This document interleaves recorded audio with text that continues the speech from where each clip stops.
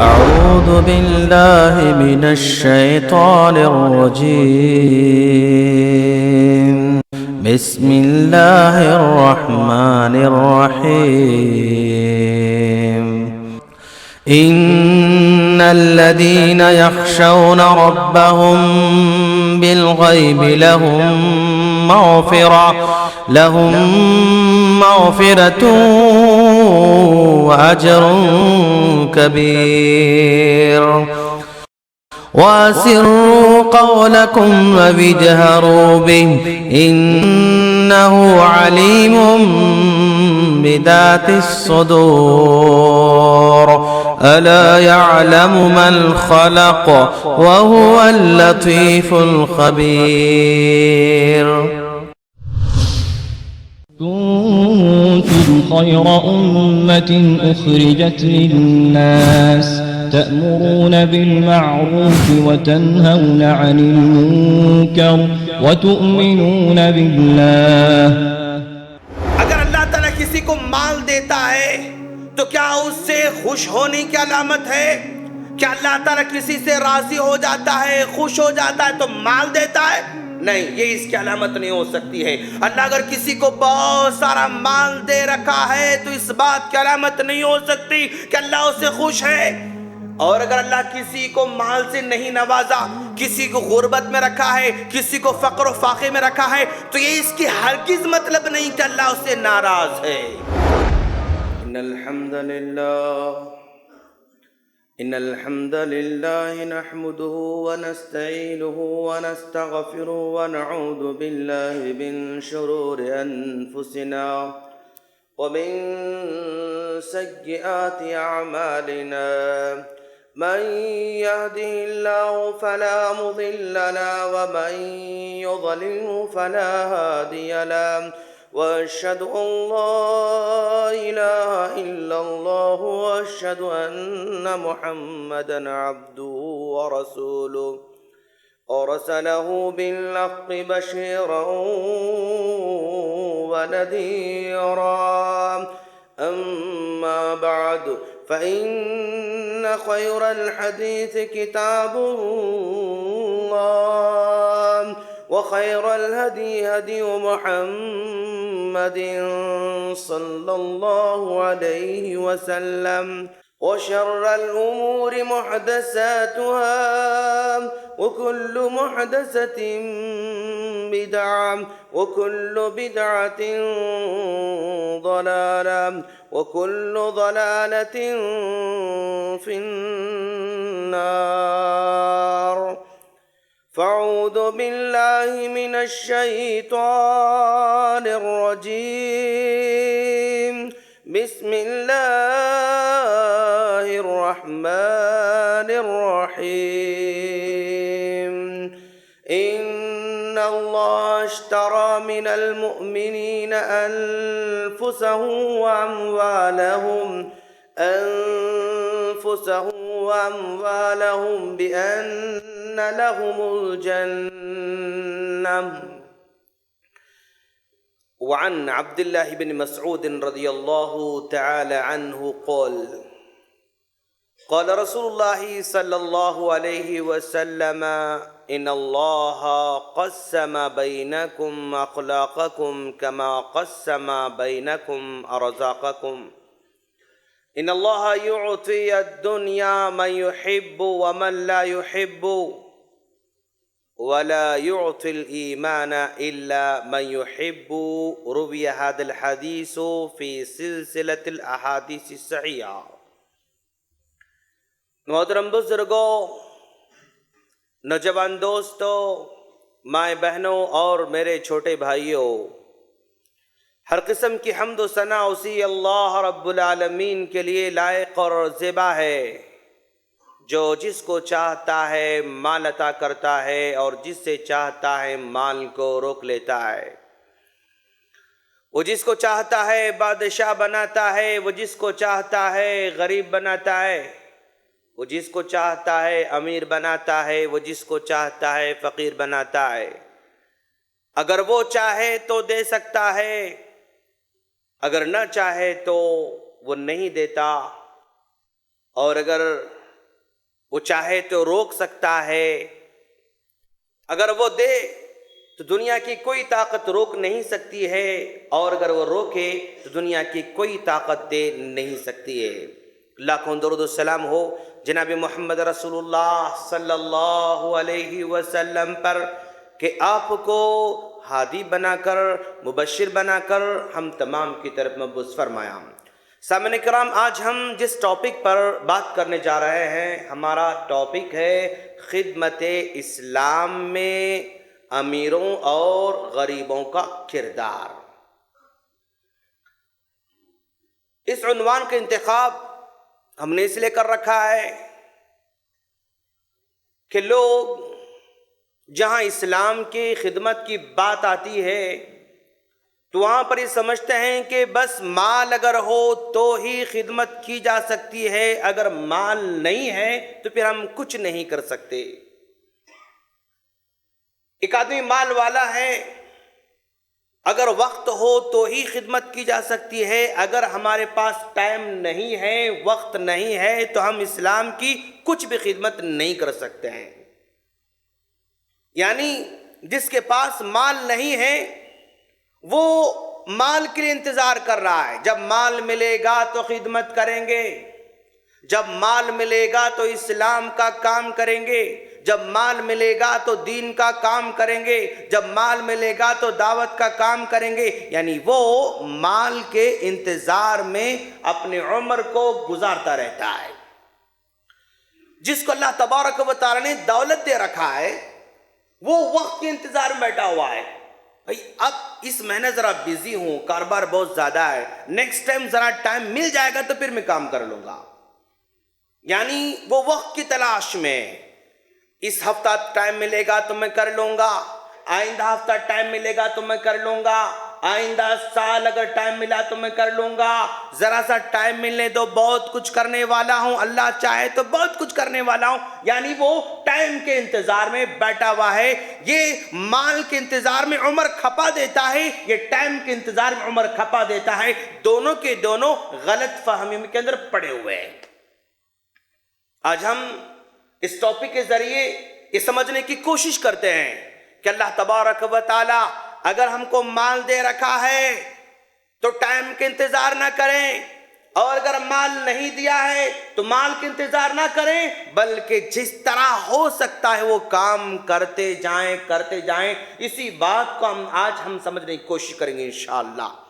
سب سے پہلے ہم عنوان کو دیکھیں گے، خدمت خلق میں، خدمت اسلام میں امیروں اور غریبوں کا کردار۔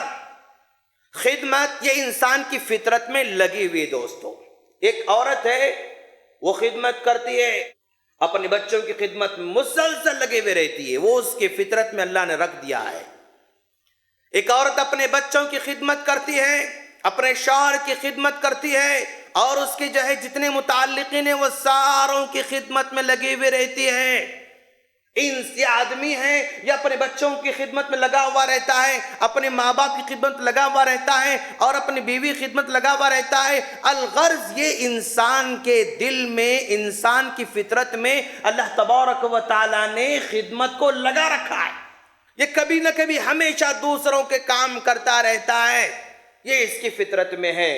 اور اگر وہ آدمی خدمت تو کرتا ہی رہتا ہے، لیکن اپنی خدمت کا اگر سب سے زیادہ حق اگر وہ اسلام کو دے رہا ہے تو گویا وہ سب سے بڑا خوش نصیب ہے، اس لیے کہ اسلام سے بڑھ کر ہمارے پاس نہ ماں باپ ہو سکتے ہیں، نہ بیوی بچے ہو سکتے ہیں۔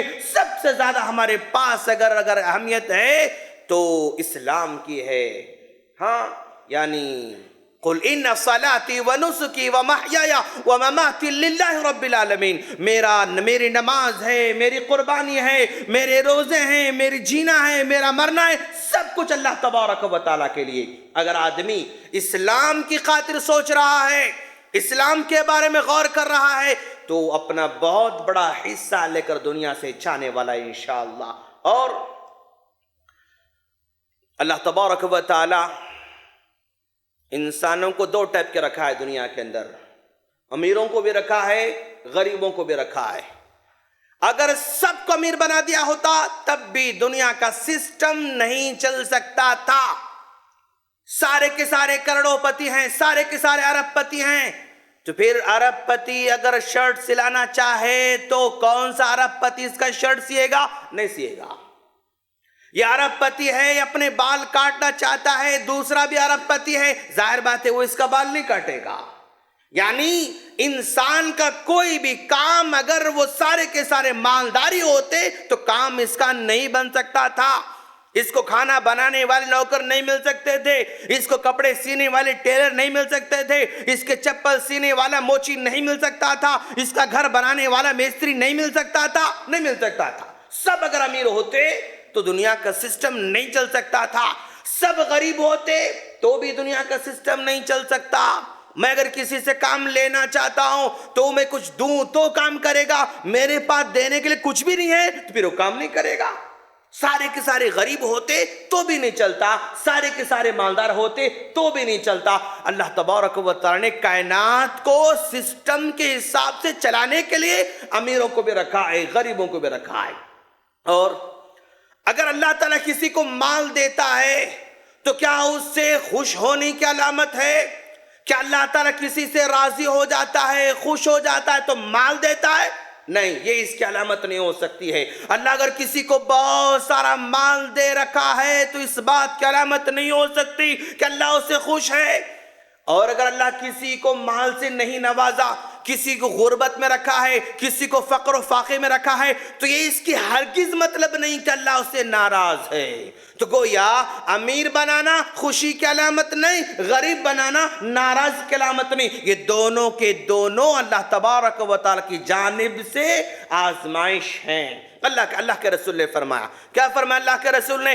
ان اللہ قسم بینکم اخلاقکم، اللہ تبارک و تعالی نے تمہارے درمیان اخلاق کو تقسیم کر رکھا ہے۔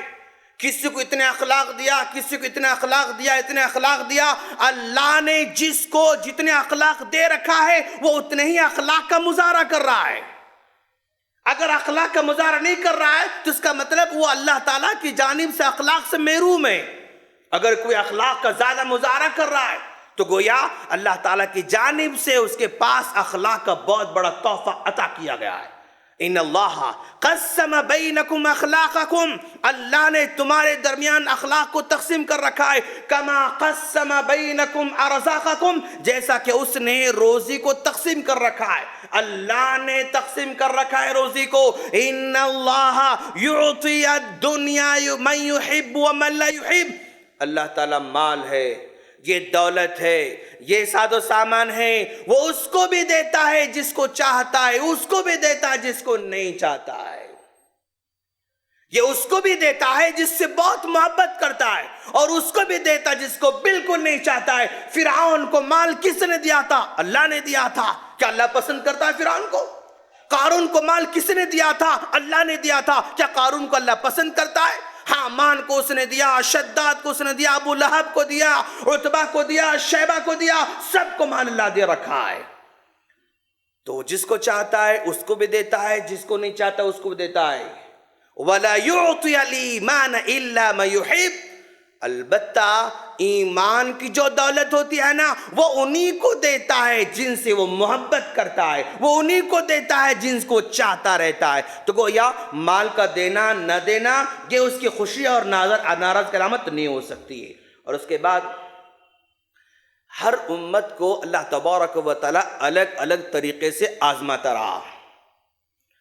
سب قوموں کے لیے امتحان کا ایک سبجیکٹ رکھا کہ ان لوگوں کے لیے یہ سبجیکٹ ہوگا، اس قوم کے لیے یہ سبجیکٹ ہوگا، اس قوم کے لیے یہ چیز جو ہے آزمائش ہوگی۔ اللہ کے رسول صلی اللہ علیہ وسلم فرماتے ہیں، کیا فرماتے ہیں؟ ترمذی کی حدیث ہے، ان لکل امت فتنہ، اللہ تبارک و تعالیٰ نے ہر امت کو جب سے دنیا بنی ہے اس وقت سے لے کر ہر امت کو الگ الگ چیزوں سے آزماتا رہا، الگ الگ چیزوں کو آزمائش کا ذریعہ بناتا رہا۔ وہ فتنۃ امتی المال، اور میری امت کو آزمانے کے لیے جو سبجیکٹ اللہ تبارک و تعالی بنا رکھا ہے وہ مال کو سبجیکٹ بنا رکھا ہے۔ وہ فتنۃ امتی المال، اور میری امت کی جو آزمائش ہے وہ مال میں ہوگی، اللہ کے رسول نے بیان فرمایا۔ اور یہ مال جو ہے نا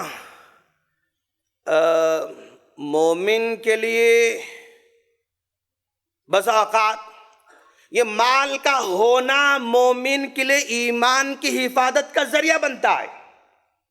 مال ملتا ہے تو آدمی بہت سکون سے دین پر عمل کرتے جاتا ہے, دین پر جو ہے وہ دین کو لے کر آگے بڑھتا رہتا ہے. تو گویا مال کا ملنا اس کے دین کی حفاظت کا ذریعہ بن جاتا ہے.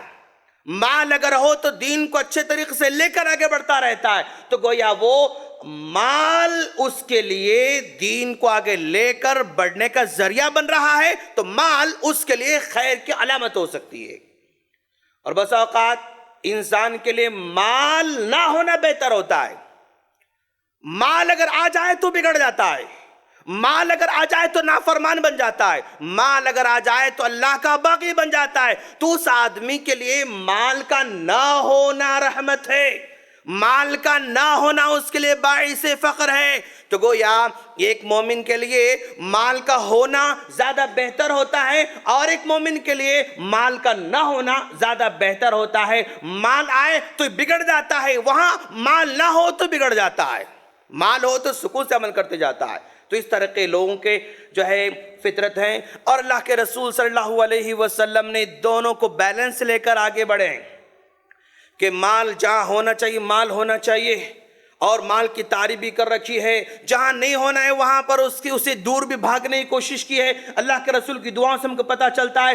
اللہ کے رسول صلی اللہ علیہ وسلم دعا کر رہے ہیں, اللہم انی اعوذ بک من الفقر والقلت والذلہ, اے اللہ میں غربت کے پریشانی سے پناہ مانگتا ہوں. تو گویا یہاں پر اللہ تعالیٰ غربت کو غربت سے دور ہونا چاہتے ہیں.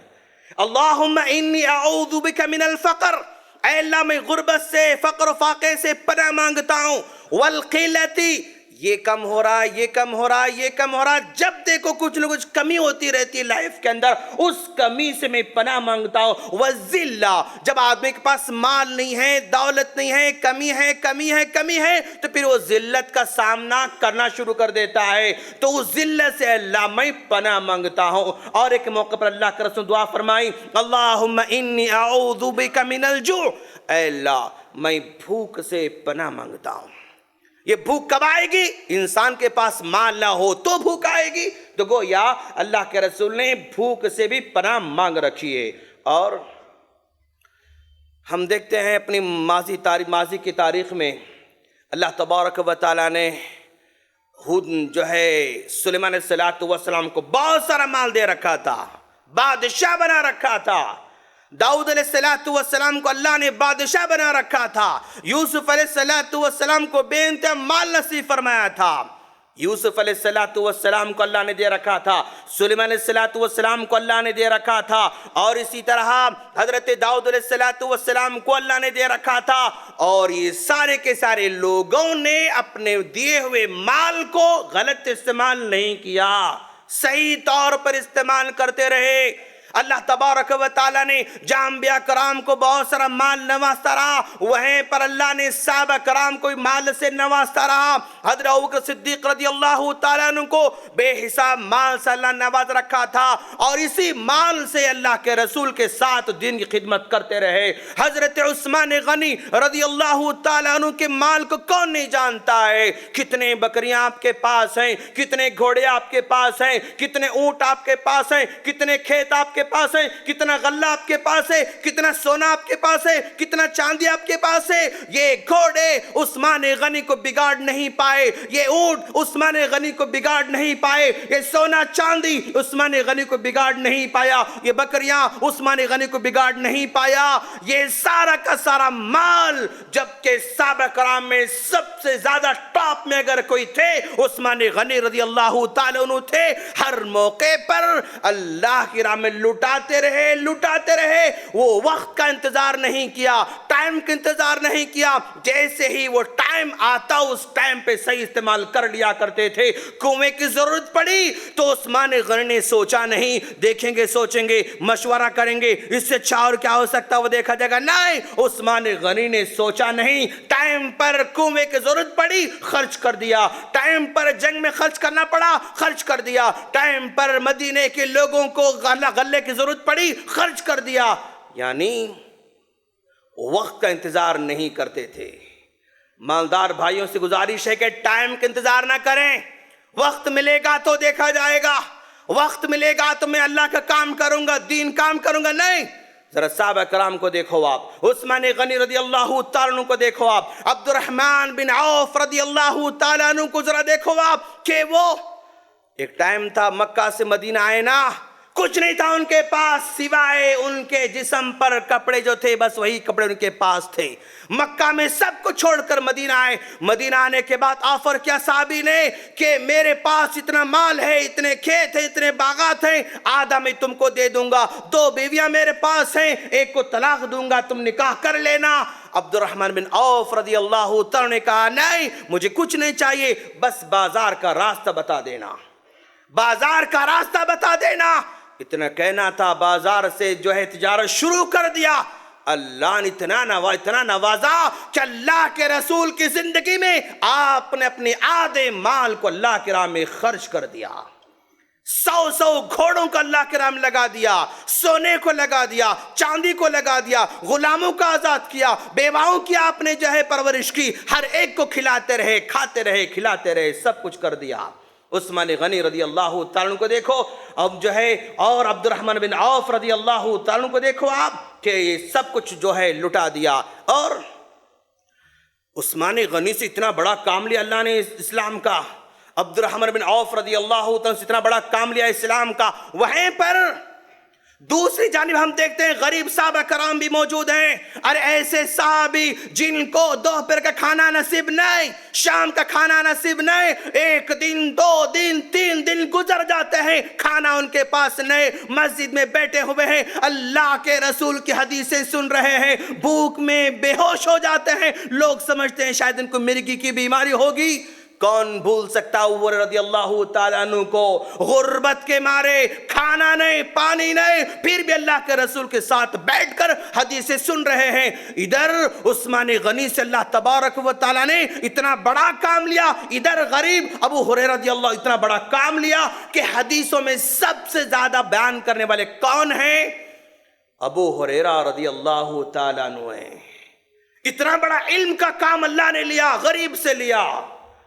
اگر وہ سوچتے کہ مال آئے گا تو میں علم حاصل کروں گا، مال آئے گا تو میں پڑھوں گا، نہیں، غربت کی حالت میں اتنا بڑا کام لیا ابو ہریرہ رضی اللہ تعالیٰ عنہ سے کہ رہتی دنیا تک ایسی مثال پیش نہیں کی جا سکتی ہے۔ اصحاب صفہ جو غربت کی حالت میں تھے، اسلام کو اتنا بڑا کارنامہ انجام دیا کہ جو کام ابو ہریرہ کر سکتے تھے عثمان غنی نہیں کیے، جو کام عثمان غنی کر سکتے تھے وہ ابو ہریرہ نہیں کر سکتے تھے۔ یعنی اللہ نے ان سے کام لیا، ان سے کام لیا۔ عثمان سے جو کام لینا تھا وہ عثمان غنی سے کام لیتا رہا، ابو ہریرہ سے جو کام لینا تھا وہ ان سے کام لیتا رہا، مالداروں سے جو ہے اسلام کا الگ کام لیا، غریبوں سے اللہ نے دین کے علم کا کام لیتا رہا۔ ہر جگہ دیکھیں گے آپ، ہر جگہ دیکھیں گے آپ۔ اور اسلام جب مالدار اللہ نے بنایا تو مالداروں نے اپنے مال کو صحیح خرچ کیا۔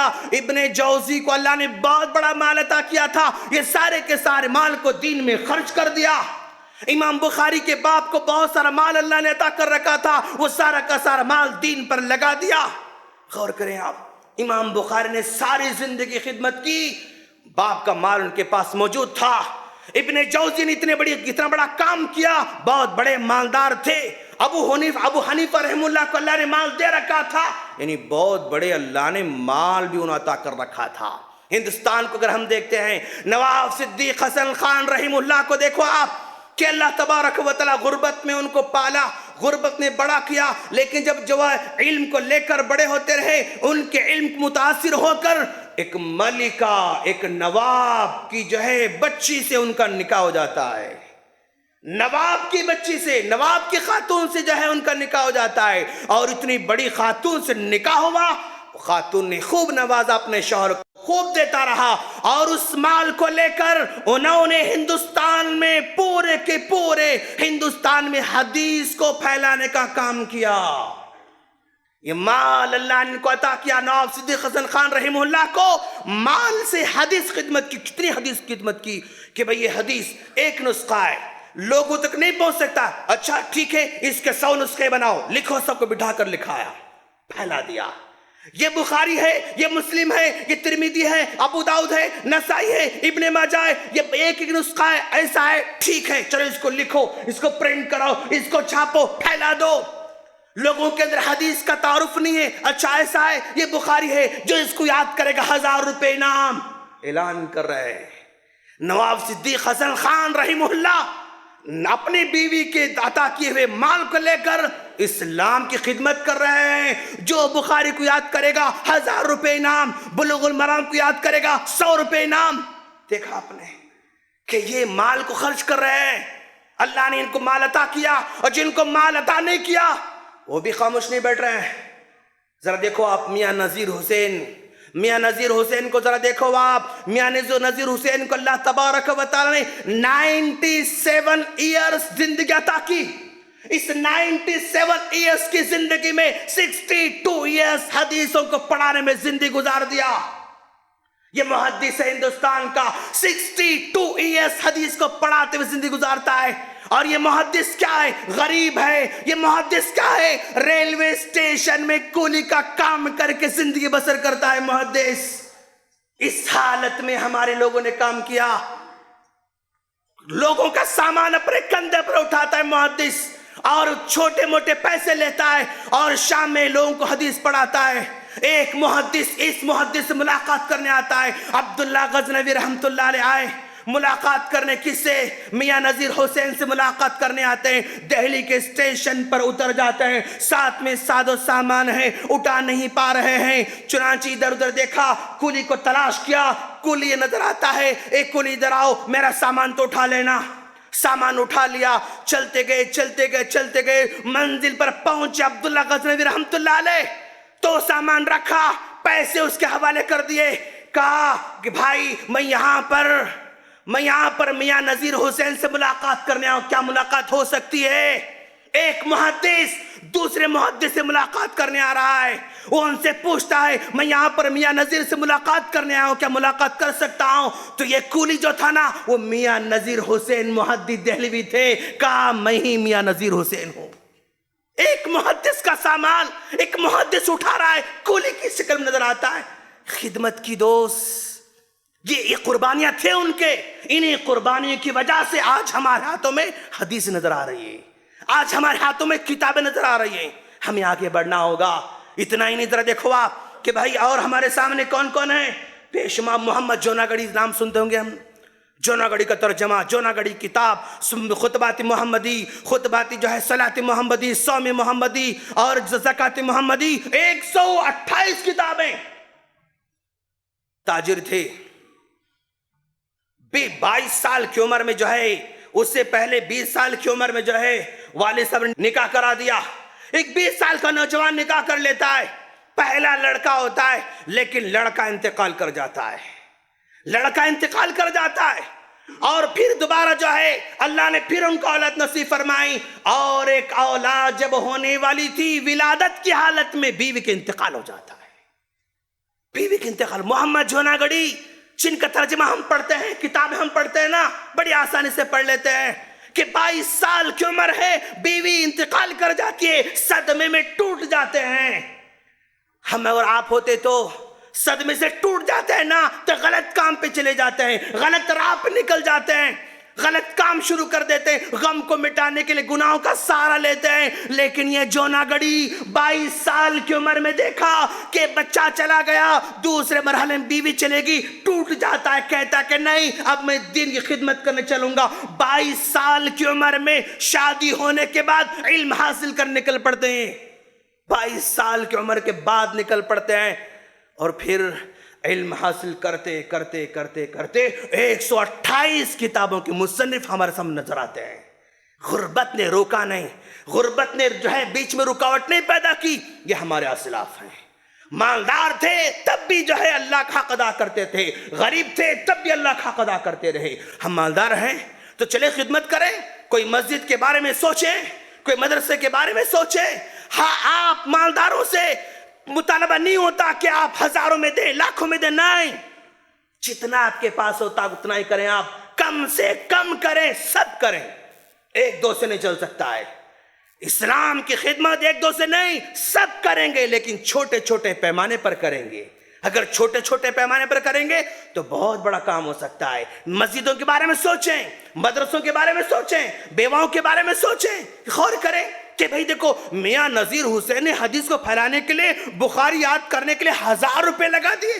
کیا ہم ایسا نہیں کر سکتے کہ بھئی یہ مسجد میں بچے پڑھتے ہیں سنڈے، بہت اچھی بات ہے، چلو اگر یہ بچوں 100 حدیث تم لوگ یاد کرو گے نا تو 10,000 روپے نام آپ کو انشاءاللہ. کوئی بڑی بات ہے؟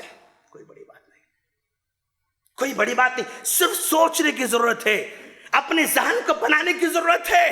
دعائیں یاد کریں گے بچوں، چلو آپ کو 1000 روپے انعام، چلو آپ کو 500 روپے انعام، لگاؤ آپ. اسی سے علم پھیلتا ہے. یہ خدمت ہے.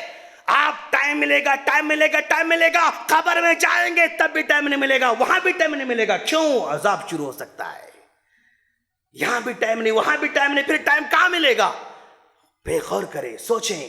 ہاں غریب ہیں، میں نہیں کر سکتا، آپ ٹائم لگائیں، جسمانی کام کریں اور محنت کریں کہ اسلام کی خاطر چلو جلسہ ہو رہا ہے، یہ پوسٹر میں یہ سب جگہ بٹھا کے آؤں گا. کام کر سکتا ہے. میں آٹو چلاتا ہوں، یہ میرے پوسٹر میرے آٹو پہ لگے ہوئے رہیں گے، میں جہاں بھی جاؤں گا وہ جو ہے پھیلتے جائیں گے. میں آٹو میں جو ہے لے کر جاؤں گا، یہ مسجد ہے یہاں لگاؤں گا، یہ مسجد یہاں لگاؤں گا. سو سکتا ہے. ٹیکسی والا کر سکتا ہے، بنڈی والا کر سکتا ہے، آٹو والا کر سکتا ہے، ہر آدمی خدمت کر سکتا ہے. جسٹ اس کو سوچنے کی ضرورت ہے، جذبے کی ضرورت ہے. مجھے کچھ کرنا ہے، مجھے کچھ کرنا ہے. آئی ٹی ڈپارٹمنٹ کا یعنی آپ آئی ٹی فیلڈ کے ہیں، چلو آپ علماء کرام کے ویب سائٹس بناؤ، آپ علماء کرام کلپس بناؤ، آپ علماء کرام کے جو ہے یہ بیانوں کو اور یہ فلاں کو پھیلاؤ. یہ کام کر سکتے ہیں آپ. آپ پرنٹنگ لائن کے ہیں، چلو آپ دیکھو سگریٹ نوشی پر بہت اچھا پوسٹر، اس کو چھپا کر آپ ہر جگہ چپکاؤ. یہ شراب نوشی پر یہ چارٹ اچھا ہے، اس کو پرنٹ کرا کر چھپاؤ. آپ جو ہے کچھ پیسے تھوڑا خرچ کرنا چاہتے ہیں، 100 روپے خرچ کرنا چاہتے ہیں آپ، 100 روپے میں بہترین ایک بینر بن سکتا ہے. پردے کے حساب سے، پردے کے لیے بنا کے مارکیٹ میں لگاؤ. آپ اپنے کاروبار کو پھیلانے کے لیے ہم اپنے جو ہے اپنے دکان کے سامنے سائن بورڈ عمدہ سے عمدہ لگاتے ہیں اسلام کو سمجھانے کے لیے. لو کوالٹی کا پیپر نہیں، اچھی کوالٹی کا پیپر یوز کرو، اچھے بینر یوز کرو، اچھا پیسہ خرچ کرو. یہ سب کیوں؟ تاکہ اسلام کو لوگ سمجھیں، غلط فہمی دور ہوتی رہے. یا غریب ہو وہ بھی کر سکتا ہے، مالدار وہ بھی کر سکتا ہے. غریب مالدار کو برا نہ سمجھے، اتنا دیا اللہ ذرا خرچ نہیں کر سکتا، مت حقیر مت سمجھو. دعا کرو اللہ ان کو توفیق دے، خرچ کریں گے انشاءاللہ. یہ غریب ہے، جب دیکھو مانگتا رہتا ہے. نہیں، تم 4 پیسے دیتے ہو نا، احسان نہیں کرتے ہو، اپنی آخرت بنا رہے ہو. 4 پیسے دو گے اپنی آخرت بنے گی، غریب پر احسان نہیں کر رہے ہو. وہ ہے اسی لیے تم کو ثواب کا ذریعہ بن رہا ہے. اگر وہ نہ ہوتا پھر تم کو ثواب ملنے کا کوئی چانس نہیں ہوتا. سوچنا، یہ اس کو برا نہ سمجھے، وہ اس کو برا نہ سمجھے. اپنے کام کرتے جائیں، اپنے کام کرتے جائیں. عورتیں بھی کام کر سکتی ہیں، مرد بھی کام کر سکتے ہیں، بچے کام کر سکتے ہیں، ہر ایک کام کر سکتے ہیں. بس جذبے کی ضرورت ہے، سوچنے کی ضرورت ہے. مسجد کو آئے، مغرب میں آیا کہ بھئی مغرب بچے پڑھتے یار، ایک 50 روپے کی چاکلیٹ لے کے آؤ. آپ بچوں آپ کیا یاد کرے؟ گوڈ، اچھا یاد کرے، آپ اچھا یاد کرے، اچھا یاد کرے. کیوں نہ ایک 50 روپے کی چاکلیٹ سے وہ بچہ اور اچھا پڑھے گا. ایک 50 روپے کے بسکٹ سے وہ بچے اور اچھا پڑھیں گے. 50 روپے خرچ کرنے میں کوئی تکلیف ہوگی؟ نہیں. سوچنے کی ضرورت ہے. بچے پڑھتے ہیں، کھلاؤ پلاؤ، آگے بڑھاؤ، ترقی دلاؤ. یہی انداز ہو سکتا ہے کام کرنے کا. جذبہ پیدا نہیں ہوا، نہیں سوچے، زندگی گزرتی جائے گی، قبر میں جائیں گے تب بھی فرصت نہیں ملے گی. وہاں سوچیں گے تو بھی کچھ فائدہ نہیں ہوگا. ہم اللہ سے دعا کرتے ہیں کہ باری تعالیٰ تو ہم تمام کو صحیح انداز سوچنے کی توفیق عطا فرما، پازیٹیو سوچنے کی توفیق عطا فرما، اسلام خاطر جینے کی توفیق عطا فرما، اسلام خاطر مرید عطا فرما. باری تعالیٰ جو ہمارے اسلاف نے قربانیں دی ہیں نا، ان اسلاف کی قربانیوں کی لاج رکھنے کی توفیق عطا فرما، اس کو سمجھنے کی توفیق عطا فرما، ان کو پڑھنے کی توفیق عطا فرما. وآخر دعوانا ان الحمدللہ رب العالمین.